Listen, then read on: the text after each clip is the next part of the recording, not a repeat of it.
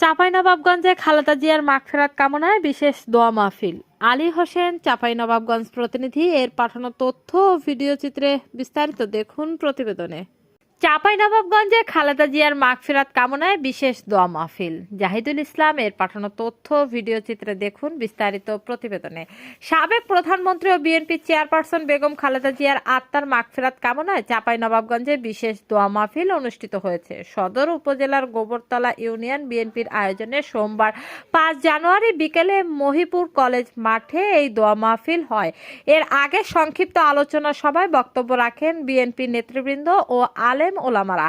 এ সময় তারা বলেন, বেগম খালেদা জিয়া ছিলেন দেশপ্রেমিক ও দেশের স্বার্থে এক আপসীন নেত্রী। তার মৃত্যুতে অপূরণীয় ক্ষতি হয়েছে দেশের।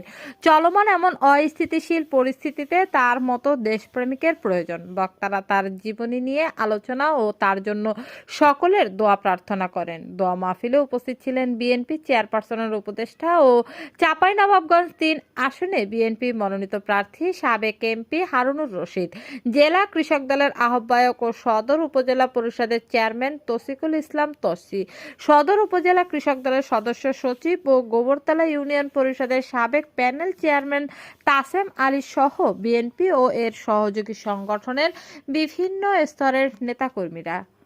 একটি দুর্নীতি ও দলের সম্মানিত আহ্বায়ক চাঁপাইনবাবগঞ্জ সদর উপজেলাতে আমাদের একজন অভিভাবক ছিল। এই অভিভাবক সভাপতি উপস্থিত আমাদের বাংলাদেশ জাতীয়তাবাদী দলের সাবেক চেয়ারম্যান